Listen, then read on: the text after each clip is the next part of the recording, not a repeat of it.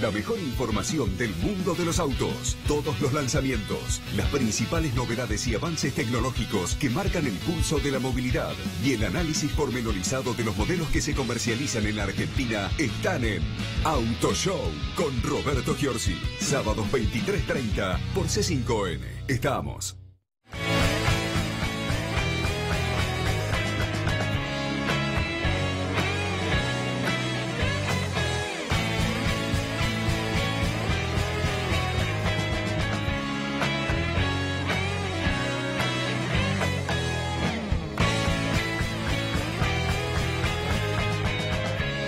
Por suerte está bien. Bueno, ya se enteraron lo que habrá pasado. Pero no, yo estoy tranquilo, la verdad que mejor imposible.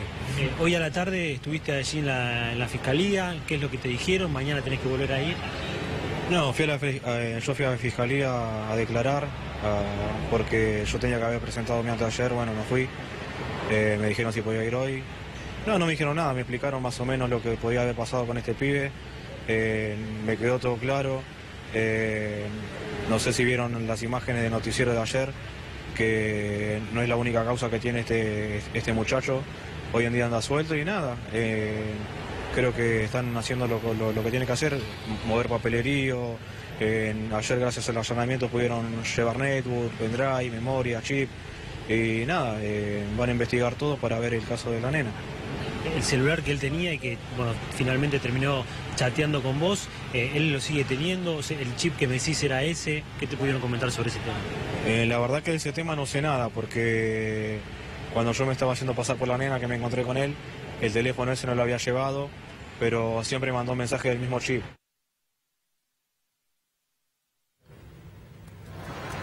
Bueno, hasta Terrible, ahí, la verdad, sí, ¿no? sí, la verdad que un testimonio impactante, ahí lo estaba entrevistando nuestro compañero Nicolás Munafó. Este es el papá de la nena de 11 años. A ver, vamos a hacer un repaso cronológico. Esta nena de 11 años recibe en su teléfono celular, vía WhatsApp, de un número que no tenía registrado, que no tenía agendado, mensajes, extraños para la nena, que afortunadamente, con buen tino, se lo compartió y se lo contó a su mamá y a su papá, que están separados, pero bueno, ella tiene vínculo con los dos, obviamente. El papá, cuando se entera y lee sobre todo el alto contenido de estos mensajes, de un mayor para una menor que, insisto, de tan solo 11 años, se hace pasar por su hija, sigue chateando con este hombre, un hombre de 29 años, lo cita para un encuentro, haciéndose pasar por su hijita, por su hija. Lo cita para la esquina de Juan B. Justo y Corrientes, en el barrio porteño de Villa Crespo, y allí, cuando llega al lugar, bueno, lo reconoce en primera instancia y lo agrede, le da una golpiza fuerte, pregunta, ¿vos importante. sos? No me acuerdo el nombre de la agresión. Exactamente. Habían pedido fotos previas, coteja y se da cuenta que era él, el hombre que estaba en esa esquina de Juan B. Justo y Corrientes. El padre, con mucha bronca, dolor e impotencia, después reconoció que se había excedido, pero en ese momento no se pudo contener. Claro, bueno, porque no estuvo bien lo que hizo el padre, la defensa por manos propias, por supuesto que no está bueno. Seguro. Pero también es indignante para un papá como ver en sus ojos como un degenerado intentaba abusar e iba a abusar de su hija de 11 años, ¿no? Con esta información y este tema que vamos a desarrollar ahora también con especialistas en minutos, queremos alertar a los papás que están en casa, que nos están mirando, y a los chicos también. Sepan que cuando reciben este tipo de información, este tipo de mensajes a través del Facebook, de las redes sociales, de distintas redes sociales o del mismo WhatsApp, que no tengan vergüenza en contarle a mamá, a papá o a un adulto para que los pueda ayudar, porque lo que hacen este tipo de hombres es, en la gran mayoría, insertarlos en la pornografía infantil o en fotos eróticas, abusar de ellos también, en algunos casos sexualmente se concreta, en otros casos no. Entonces, bueno, la idea más que nada es concientizar. Es por eso que vamos a hablar con dos especialistas acerca de este tema, con Joana Faliero, que es abogada, especialista en informática. Mauro nos va a ayudar muchísimo también a desarrollar este tema, y Analía Forti, que es consultora psicológica. Muchísimas gracias a las dos por estar acá. Gracias. Bueno, a ver, ¿cómo podemos definir al grooming y claves para prevenirlo, ¿no? Bien, la figura de grooming nosotros la tenemos incorporada en nuestro Código Penal desde el año 2013, fecha en la que se aprobó la ley de grooming, que incorpora este artículo 131 en el cual se describe la figura típica en la cual un sujeto activo ¿qué realiza? Realiza una conducta que es contactarse con un menor de edad. ¿A través de qué tipo de medios? Medios de carácter electrónico, telecomunicaciones o cualquier otra tecnología de esta clase para perpetuar alguna suerte de delito contra la integridad sexual de ese menor, ¿no? Cualquiera de las tipologías delictivas que recepta nuestro código. Todo esto comienza con una suerte de acercamiento que realiza, como ustedes bien introducían, o sea, un acercamiento que realiza por medios, nuestra figura está constreñida al ámbito digital, aunque bien este acercamiento puede ser en la vida cotidiana, o sea, la restricción por el medio en cuanto al groomer. El groomer viene de la palabra inglés de groom, que sería un acercamiento, o sea, una preparación hacia una finalidad, y esa finalidad es cometer ese abuso o cualquier tipo de ultraje a la integridad sexual del menor, ¿no? Sí. Entonces se realizan estas maniobras preparatorias de seducción, de acoso, tal vez entablar una amistad con el menor, a través de la cual, bueno, se va ganando esa confianza en el menor. ¿Para qué? Para que éste tal vez realice ciertos actos altruistas a cambio del mismo. Entonces, el menor por lo general se le solicita tal vez que envíe alguna foto de él o alguna clave, tal vez muchas veces se tiene acceso tal vez remoto a las cuentas del menor por conocimiento de las claves, y allí comienza un proceso también de extorsión de este groomer hacia el menor, en el cual obviamente se extorsiona a este chico que en desconocimiento de la veracidad que hay atrás y de la perversidad que hay, tal vez por vergüenza no le cuenta a los familiares, no le cuenta al padre, no le cuenta a la madre o a cualquiera del entorno familiar cercano, con lo cual no hay manera de evitarlo, por esta vergüenza que se genera y esta relación extorsiva que realiza obviamente este perverso con el chico. Con lo cual, los métodos de cómo podemos prevenir esto a nivel, bueno, jurídico. ¿Cuál es la recomendación? La recomendación es denunciarlo. ¿Y esto por qué es tan importante? Por lo general, en esta figura delictiva, la víctima no es solamente el menor que se detecta.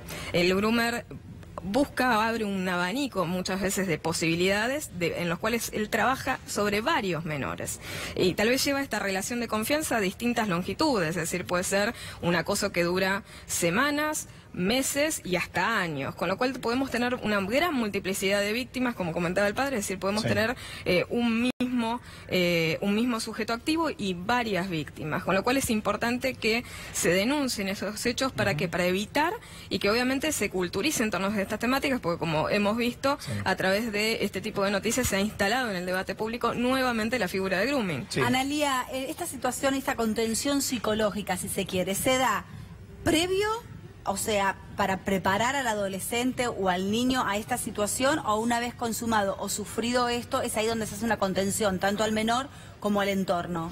A ver, ambas cosas, y lo decías muy bien, tiene que haber una cuestión previa, y esto es importantísimo comunicarlo a los papás. En primer lugar, los papás no pueden mantenerse hoy alejados del mundo digital, no pueden mantenerse alejados de estos nuevos lenguajes, tienen que conocerlos, tienen que participar. Y tiene que haber un trabajo en dos cuestiones que son importantísimas. Por un lado, en transmitir el uso responsable de las redes. Esto tiene que ver con aprender a cuidar la intimidad, con trabajar con esta cuestión que tiene que ver con el resguardo de la privacidad de mi cuerpo, tomar conocimiento que, del otro lado de la pantalla no siempre hay amigos y muchas veces no sabemos quién está del otro lado de la pantalla. Precisamente entonces, por esto, ¿no? Del cambio de identidad que usan absolutamente, perfiles truchos. Exactamente. Y bueno, inclusive hay toda una cuestión que tiene que ver con el lenguaje, porque de pronto hay una red social donde tenemos seguidores, otras redes sociales donde tenemos amigos. Bueno, tanto repetir amigos, amigos, amigos, se va internalizando en los chicos este concepto de que hay una amistad. Y de hecho esta red social recuerda todo el tiempo, hace tanto tiempo que que tenés amistad con, bueno, la palabra amigo, amigo, amistad. En realidad es un contacto con un desconocido a partir de un perfil que ni siquiera sabemos si es real. Esto hay que transmitírselo a los chicos, hay que mostrarles, hay que enseñarles qué tan fácil es mentir en las redes sociales la identidad para que ellos conozcan los riesgos. Pero Analía, en este caso, esta chica de 11 años, primero, cuando se da cuenta que era un mensaje raro y además era un número que no tenía agendado, obviamente ya hablaba de un extraño. Tal cual. Con buen tino tomó la decisión de blanquearse a los padres. Esto no sucede siempre. No, y ahí decís algo muy importante. Bueno, evidentemente. ¿cómo hace el padre Tal cual. Para generar el lazo de confianza, no ser invasivo o estar constantemente espiándole el celular. Bien, punto fundamental. Hay que tener una diferenciación muy clara entre lo que tiene que ver con el respeto a la intimidad y a la privacidad de los hijos, sí, y saber claramente cuál es la función que estamos ejerciendo, ¿sí? Vos le podés dar a tu hijo privacidad dentro de su cuarto para que vaya realizando su vida, mire tele, estudie, esté con un amigo y demás, pero si vos ves que sale humo debajo de la puerta del dormitorio, vas a abrir y vas a entrar. Sí, bueno, esto es lo mismo. Lo primero que hay que hacer es trabajar con vínculos de confianza con los hijos, generando diálogo, no manejándose con el avergonzamiento, la culpa y el reto, porque esto lo que genera, y es importante entenderlo, sí, es temor a hablar con los padres de lo que pasa, y esto lo único que hace es hacer que el chico sea más vulnerable. ¿Por qué?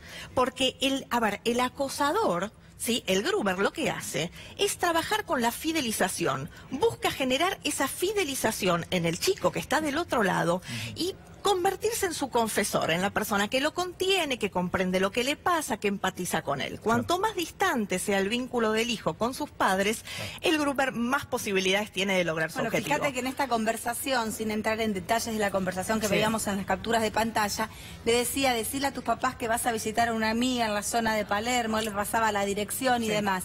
Ahora me gusta sumarlo a Mauro también a esta conversación, porque mi pregunta es, y por ahí nada, veo en adolescentes, en la familia, hijos de amigos, cómo estas personas llegan, porque por ahí a través de una red social es más fácil, porque puede aparecer con amigos en común o porque aparece al voleo alguna recomendación de amistad. Pero ya el WhatsApp es como algo más íntimo. ¿Cómo llegan? Saben que ese teléfono celular lo tiene una criatura de 11 años. Bueno, Yani, es un tema que tiene que ver justamente con la utilización de datos personales que hay hoy por hoy con WhatsApp, Facebook. Muchas veces lo que hay en Facebook es la posibilidad de cargar tu WhatsApp, ¿no? Y a partir de ahí siempre se genera ese vínculo, pero hay datos presentados por la empresa ESET Latinoamérica que muestra un poco cómo se empieza a generar ese vínculo. Vamos a ver si podemos empezar con la primera placa, porque hay un dato que es bastante interesante y tiene que ver con los videojuegos. Fíjense que si bien la gran mayoría de estos acosadores se contactan a través de las redes sociales, hay un porcentaje que viene en aumento y tiene que ver con los videojuegos, ¿no? Y este porcentaje es interesante porque en principio quizás muchos padres saben cómo funciona WhatsApp, cómo funciona Instagram, Facebook, pero no saben muchas veces que hay chat online en los juegos. Y a partir de ahí es que empieza, digamos, el contacto, porque deja afuera a muchos padres, ¿no? Quizás usted nos puede dar su panorama. Con el tema de protección de datos personales, algo fundamental es la protección, y esto es algo que uno insiste como un dato cuya criticidad es clave, que son los datos de los menores. Las redes sociales no están diseñadas para menores de edad, claramente se desaconseja su utilización. Hay redes que tienen, obviamente, limitativos de utilización por edad. El WhatsApp no es el caso, simplemente se utiliza por número telefónico. La vinculación entre cuentas permite lo que vos bien mencionabas, que es que los datos estén disponibles en tiempo real de manera vinculada y conectada con todo.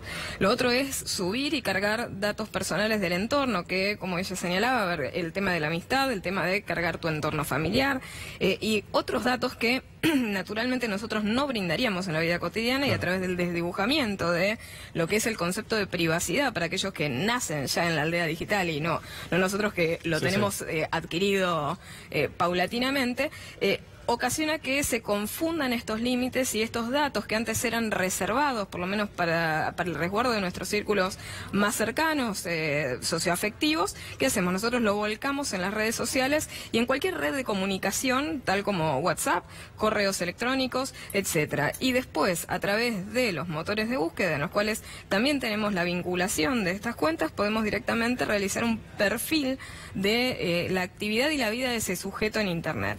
Y esto desde que obviamente nacen adentro de este entorno digital, el sujeto tiene una vida en Internet y tiene una vida en el mundo tangible, con lo cual los menores hoy en día se desenvuelven en estos diversos ámbitos que mostraba esta estadística. Hay foros de comunicación en los chats de videojuegos en los cuales se comunican con pares, en los cuales, hay conductas imitativas, hay perfiles que imitan las preferencias, gustos, conductas, lenguaje, comportamiento, hasta amistades roles y grupos de afinidad que tendría un menor, con lo cual esta conducta imitativa hace que los menores obviamente vuelquen estos datos y la falta de culturización en la protección activa de los datos personales y la falta de sanciones que se apliquen de manera activa también a las empresas en torno a la divulgación o publicidad de estos datos y la privacidad que no se aplica ni por diseño ni por defecto, ocasiona que se divulguen y se conozcan estos datos. Analia, no, te quería preguntar, ¿cuál es el límite para un padre? Porque nos están escuchando muchos padres y preguntan, ¿cuál es el límite de no invadir la privacidad o de un chat con las amigas o el chat grupal que tiene con sus compañeras del colegio? Saber la contraseña, no saberla. La contraseña, no saberla, porque bueno, una cosa es un teléfono de una nena de 11 años que por ahí es más fácil decir, bueno, yo te doy un celular, pero no puede tener clave, o me tenés que dar la clave para que yo cada tanto, o cualquier cosa que te pase lo pueda abrir, a un adolescente de 16, 17 años que ya la situación también es distinta. ¿Cuál es el límite de no invadir? Es difícil. Sí, totalmente, es un límite difícil. Por eso es importante que la tarea comience antes. La utilización de los dispositivos siempre tiene que ser con reglas claras, tiene que haber claridad. Yo insisto en el diálogo y parece que fuera un tema menor, y no es un tema menor, porque si vos viniste no teniendo una relación de confianza con tu hijo, no teniendo diálogo sobre cuestiones que tienen que ver con los valores, palabra que muchas veces dejamos olvidada, pero es muy importante. Bueno, fíjate que en este caso puntual había confianza, porque la nena, al recibir un mensaje extraño y de un número que no tenía agendado, se lo blanquean enseguida a los padres. Exacto, por eso el padre de hecho pudo evitar la situación. Y decís algo muy interesante, porque en definitiva lo que han cambiado son los medios, pero no las problemáticas. ¿Qué nos decían nuestras madres, nosotros que somos de una generación más cercana? Bueno, cuidado con los desconocidos, cuidado con subirte al auto de un desconocido, cuidado con brindarle información a un desconocido. Bueno, hoy estos mismos desconocidos están del otro lado de la pantalla. Entonces, transmitirle a los chicos ese vínculo de confianza, y ahora te respondo esto del límite, este vínculo de confianza, que sepan que no pueden confiar y que si alguien los extorsiona, alguien los amedrenta, alguien los coacciona de alguna manera, tienen que tener la confianza de hablar con los padres o con algún adulto que sea referente, puede ser incluso en la institución escolar, y dar cuenta de lo que les está pasando para que los puedan ayudar, porque el silencio es el fuerte de todo acosador.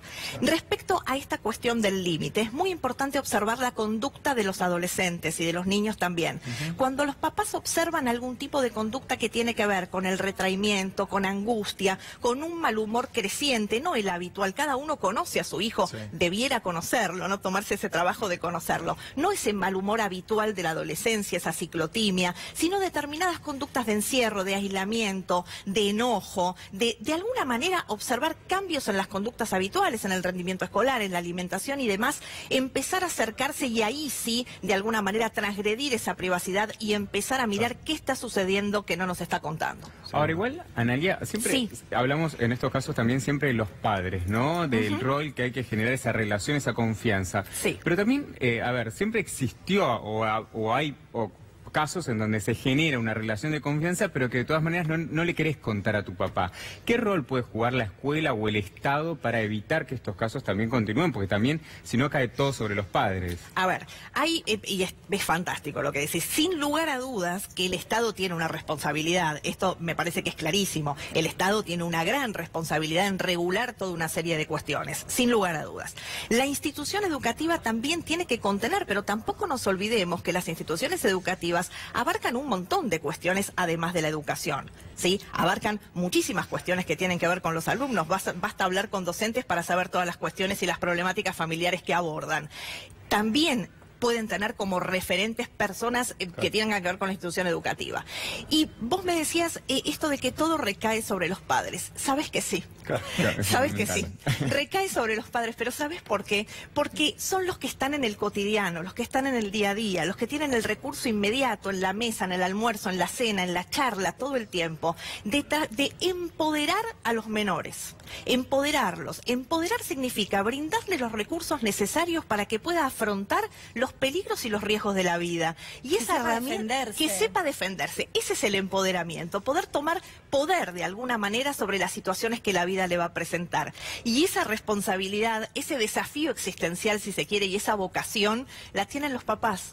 Es impresionante la cantidad de mensajes que estamos recibiendo acerca de este tema, porque uno cree que nunca le puede pasar y en el momento menos pensado son pocas las veces que el padre se da cuenta antes, porque reiteramos, no justificamos la agresión de este padre, pero sí entendemos la desesperación de saber que un degenerado de más de 30 años va a abusar en minutos de tu hija de 11 años. Yo no sé cómo reaccionaría, ¿no? Es difícil. Tenemos más placas. Sí, tenemos más placas porque, como decíamos, hay 8.800 denuncias anuales en casos de grooming. ¿8.800? Sí, en realidad este dato fue presentado por la Fiscalía de la Ciudad de Buenos Aires, y este dato que muestra que 8 de cada 10 víctimas son mujeres. Y este dato me parece que es interesante porque por lo general se piensa que le pasa solo a las mujeres o a las nenas, y en realidad no siempre pasa esto, ¿no? No, a ver, el ilícito ataca a cualquiera en condiciones de igualdad. Internet no discrimina, ningún medio digital lo hace y la vida real tampoco, con lo cual creer en el binomio y en decir solamente la figura delictiva tiene una clase de sujeto pasivo es ingenuo. Claro. Claramente puede afectar a cualquiera, y de hecho una de las temáticas que que van a corregir con el tema de la figura también es la comisión activa de varios delitos a través del grooming. Lo que nosotros decíamos, que no sé si lo han oído, que la figura típica no distingue, porque no queda absorbida por un delito mayor, con lo cual la misma puede concursarse con, como ha sucedido en este caso, la distribución de pornografía infantil, porque se le ha brindado a ese menor también pornografía, con lo cual se acumulan estos ilícitos, es decir, se puede cometer varios ilícitos a través de las maniobras preparatorias. Y yendo al encuadre legal, ¿qué penas, qué sanciones se establecen para el grooming en sí, o se tiene que consumar otro delito para que No, sea tiene una, penado? a ver, tiene una pena autónoma, que tiene una escala que va desde 6 meses a 4 años, con lo cual la escala es autónoma. Lo que sí se critica y se ha debatido en torno a cuál es la pena que se le otorga a este delito, es que la escala penal de esta figura coincide con la misma escala penal que posee el abuso consumado, en su categoría más simple. Con lo cual ahí tenemos un debate de carácter académico y doctrinario en cuanto a la proporcionalidad de las penas y la razonabilidad de las mismas, porque nuestro Código Penal tiene que mantener por técnica legislativa una congruencia en las penas, es decir, un acto preparatorio de acoso no puede, en lógica, tener exactamente la misma escala penal que un delito consumado. Pero ya el 6 meses gusta poco, ¿no? Exacto, es la escala que va y que dependerá de la gravedad del hecho, de cuáles fueron las circunstancias de realización, cuál fue las circunstancias del autor, etcétera. Con lo cual la escala, varía según cada caso particular. Claramente a todos nos pecan de poco prácticamente todas las penas, ¿no?, de nuestro Código Penal, pero esa es otra temática de técnica claro, pero legislativa. acá hay menores de por medio, ¿no? Entonces, claramente. Ese es el tema más delicado. Sí, decía ella algo muy interesante, que tiene que ver con esto, ¿no? Con esta cuestión de alguna manera de que no se ha consumado. Y eso también, decía muy bien, es materia de debate, porque ante una situación de grooming, donde de pronto el menor es invadido a nivel emocional con una imagen de una parte genital desnuda de la otra persona, de alguna manera hay una consumación de un daño. Claro. Entonces, esto es un tema de debate, son cuestiones tan nuevas que el derecho también está ajustando en cuanto a la resolución y el ajuste y a la regulación de la problemática. Ayornar, digamos. Pero sin lugar a dudas, algo importante, si me permiten aportar, para que los papás también tengan en cuenta, en general, los niños y los adolescentes, hay un concepto que no lo tienen demasiado claro, que tiene que ver con, la inmediatez y el impacto de las conductas, los actos y las consecuencias. Por eso también es tan importante educar con límites, ¿no? Y que vayan aprendiendo que todo acto tiene una consecuencia, porque lo tiene en casa, en la escuela y lo tiene en la vida. Entonces, de alguna manera comunicarles esto, que desde el momento en que interviene en un vínculo el lente de una cámara, donde se saca una foto porque el otro me la pide, porque todos lo hacen, porque no pasa nada, porque lo subo en Snapchat y está 10 segundos y después desaparece, donde aparece el lente de una cámara, aparece un tercero en el vínculo. A partir del momento en que aparece ese tercero, yo estoy perdiendo poder y estoy perdiendo control sobre esa situación. Las cosas no desaparecen de la web, no desaparecen. Entonces los chicos no pueden medir que esto que hoy subí, de pronto dentro de 10 años se puede seguir encontrando. Y quién sabe en qué posición, lugar o situación de mi vida voy a estar. Aprender el impacto que tienen los actos como generadores de consecuencias también es enseñarles a empoderarse. Recién, bueno, se estaba comunicando conmigo una amiga, Julieta, que tiene hijos adolescentes y me decía que lo que también preocupa, y en esto, Mauro, por ahí también es un mensaje para los padres, no es solamente por el WhatsApp o por las redes sociales, sino porque tienen el Instagram público, tienen grupos de Skype, los juegos online también, uno interactúan los chicos posiblemente con gente que creen que es su par, comienza una relación a través de los juegos online y que eso también es peligroso.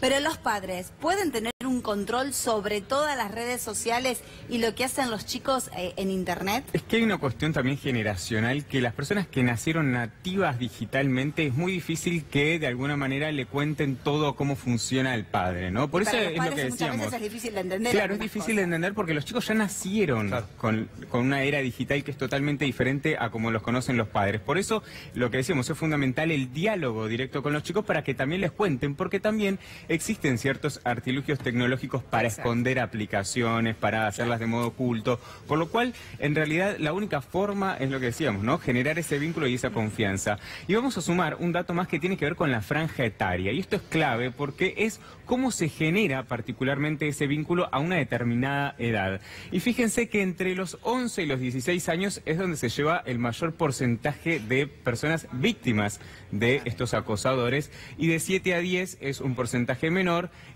a partir obviamente de los 16 a 18, en donde empiezan a generarse, si se quiere, más confianza, y los más chicos todavía no tienen el contacto con las redes sociales. Fíjate, ¿no? Mauro, y a todos en la mesa, que justamente esa franja de 11 a 16 es la más vulnerable, coincide con la etapa de más rebeldía. De hecho, y también de cierto despertar sexual, ¿no? Hay ciertos cuestionamientos que uno empieza a tener a esa edad, en donde también esos acosadores aprovechan para de alguna manera generar un vínculo. Hay una hipervulnerabilidad que el derecho se ocupa en trabajar en la temática y buscar herramientas para proteger activamente a esta población que, a ver, si se comienza a meter en un mundo que es el mundo virtual, en el cual no hay un control estricto de quiénes son los internautas, con quienes convive, con lo cual una de las recomendaciones es culturizar en torno a las configuraciones de privacidad. O sea, si bien no podemos tener tal vez control sobre todas las redes sociales o todos los instantes en los cuales el menor toma contacto con las telecomunicaciones, porque nosotros podemos tener control físico sobre el computador en nuestro hogar, pero no sobre las diversas computadoras a las cuales puede acceder el menor de manera cotidiana, ¿no?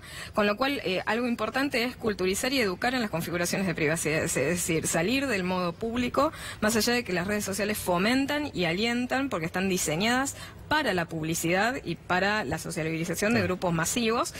Hay que tener en cuenta que las configuraciones de privacidad son muy importantes, restringir al máximo los círculos que rodean al menor y a su vez restringir la capacidad que tiene la gente que no está vinculada con de mirar el perfil y cambiar las claves también, actualizar las claves, porque muchas veces las claves en dominio de los menores son de fácil, son craqueables muy fácilmente. Bueno, la verdad que es un tema súper interesante para seguir hablando, pero bueno, tenemos que seguir, tenemos otros temas. Gracias a las dos por haber venido. Gracias, Mauro, por ayudarnos a entender. También vamos a seguir con otros temas. Gracias, Analía, por el libro, Poder sobre tu vida. Esto es muy importante también para que lo lean los padres, ¿no? Para saber cuál es el límite y bueno, para poder controlar sin invadir. Eso sería el Tal tema. cual, exacto. Muchísimas gracias por haber venido. Nos vamos rápidamente nuevamente con Solu Ross, porque se han instalado cámaras de seguridad